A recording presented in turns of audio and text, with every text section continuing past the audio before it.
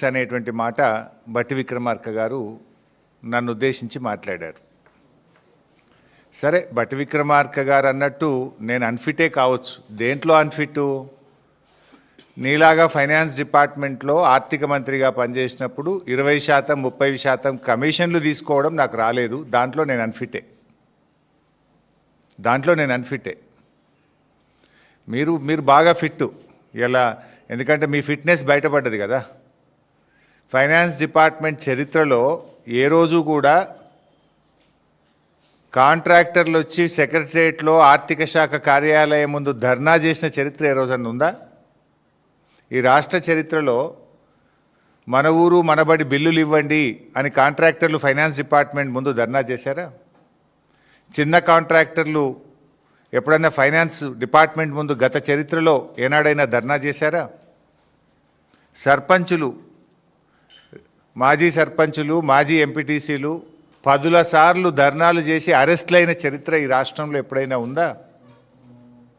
నోరు బారేసుకోవడం చాలా సులువు బట్టి గారు.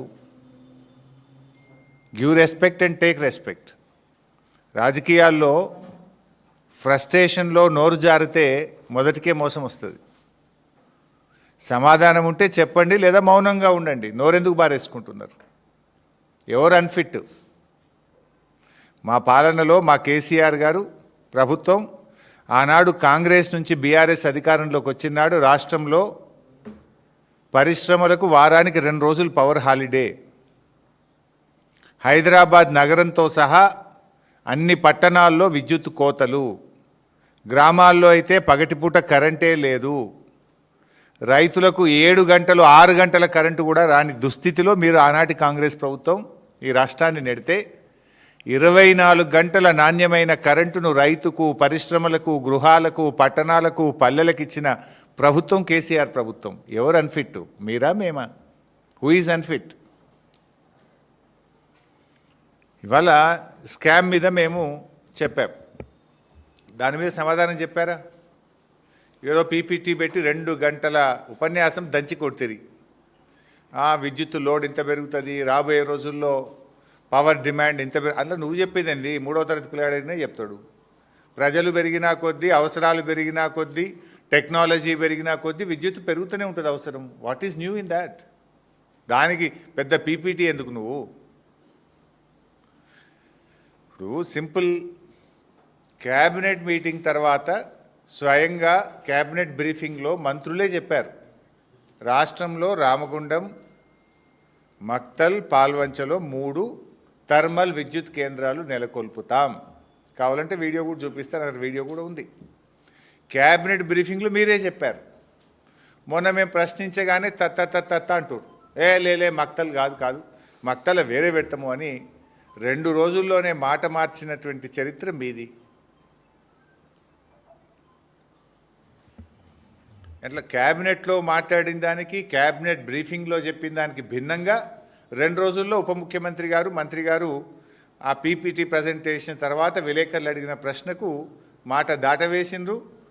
లేదు మక్తల్ అట్లా కాదు అని మాట మార్చిండ్రు.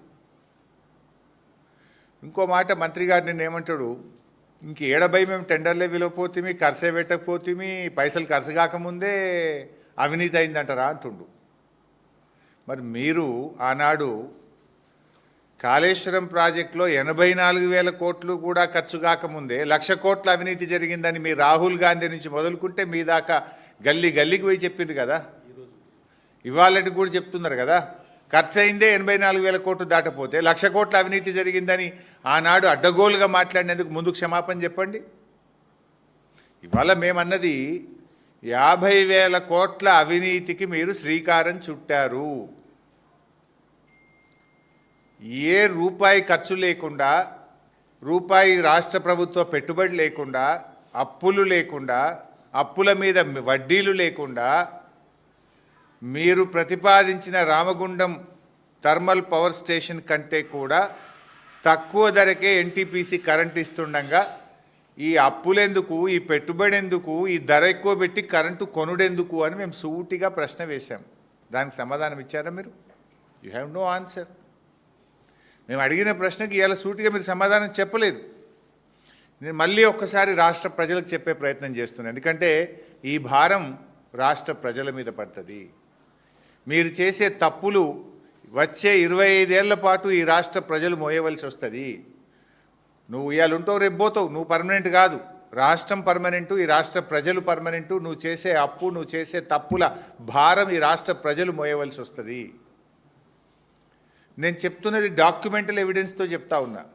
మీరు ఆల్ పార్టీ మీటింగ్ పిలవండి, నేను వచ్చి ప్రూవ్ చేస్తా. చర్చకు రండి, లేదా మీరు పిలిస్తే నేను వస్తా, ఆధారాలతో సహా నేను రుజువు చేయడానికి సిద్ధం. నేను సొల్లు మాట్లాడతలేను, సూటిగా మాట్లాడుతున్నా. మీలాగా అన్ఫిట్ ఫర్ పాలిటిక్స్ అని వేక్ కామెంట్స్ అసలే చేయను.